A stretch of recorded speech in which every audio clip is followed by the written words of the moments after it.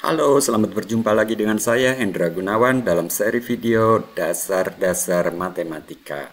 Dalam episode ke-10 ini saya akan membahas metode kontradiksi dan metode kontraposisi, dua metode penting dalam pembuktian matematika.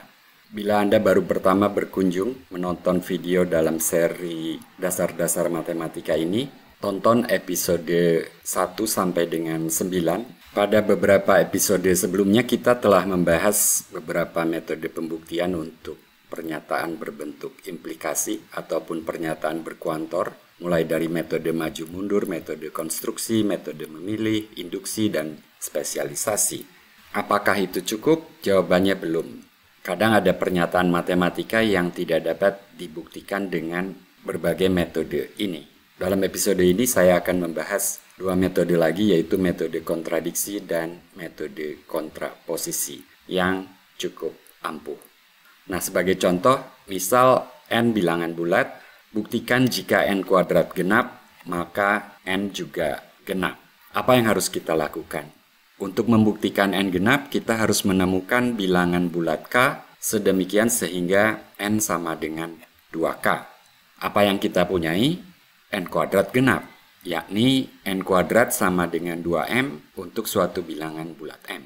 Bila kita ambil akar dari kedua ruas, kita dapatkan n sama dengan akar 2m.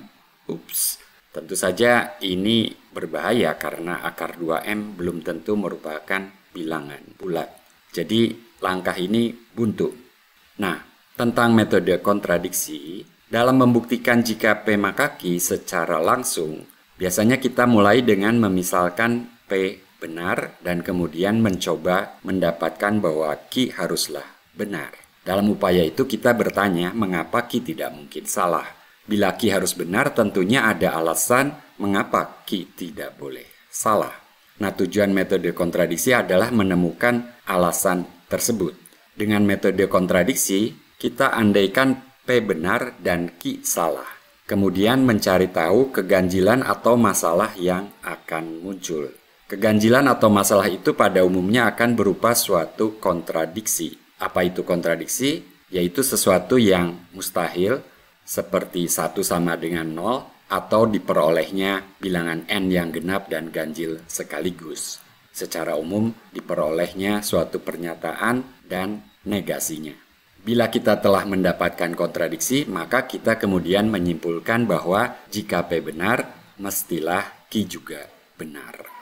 Nah, sebagai catatan, P benar dan Q salah, atau P dan tidak Q, merupakan negasi dari implikasi jika P maka Q. Jadi mengandaikan P dan tidak Q sama saja dengan mengandaikan bahwa implikasi jika P maka Q bernilai salah. Ketika kita peroleh kontradiksi, kita kemudian menyimpulkan bahwa jika P maka Q mestilah benar. Oke, kita kembali ke contoh tadi. Misal n bilangan bulat, buktikan jika n kuadrat genap, maka n genap. Buktinya dengan metode kontradiksi adalah dengan mengandaikan n kuadrat genap dan n ganjil, P dan tidak Q. Karena n ganjil, maka n sama dengan 2k plus 1 untuk suatu bilangan bulat k. Akibatnya, kalau kemudian kita kuadratkan, kita peroleh n kuadrat sama dengan 4k kuadrat tambah 4k plus 1 yang sama dengan 2m plus 1 dengan m sama dengan 2k kuadrat plus 2k. Di sini m tentu saja merupakan bilangan bulat, jadi n kuadrat sama dengan 2 kali sesuatu tambah 1 yang berarti bahwa n kuadrat tersebut merupakan bilangan ganjil. Nah, tadi kita mengandaikan n kuadrat genap dan n ganjil yang kemudian memberikan n kuadrat juga mestilah ganjil. Jadi n kuadrat genap dan sekaligus ganjil, sesuatu yang mustahil. Karena itu tidak mungkin n kuadrat genap dan n ganjil. Jika n kuadrat genap, n mestilah genap juga. Nah, sebagai contoh kedua, misal R adalah bilangan real, kemudian kita diminta membuktikan jika R kuadrat sama dengan 2, maka R mestilah bilangan irasional. Buktinya dengan metode kontradiksi adalah dengan mengandaikan bahwa R kuadrat sama dengan 2 dan R adalah bilangan rasional. Jadi bilangan irasionalnya kita sangkal.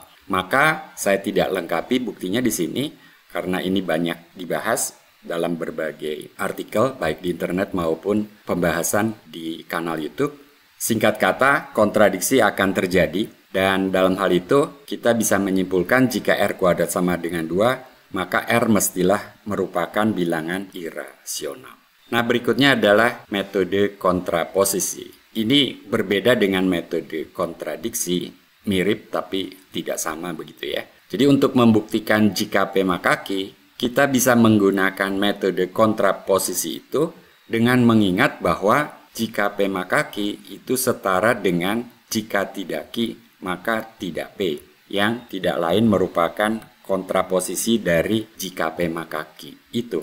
Kalimat ini setara dengan jika P maka Q. Jadi kalau kita bisa membuktikan kontraposisinya, maka kita telah membuktikan implikasi jika P maka Q itu.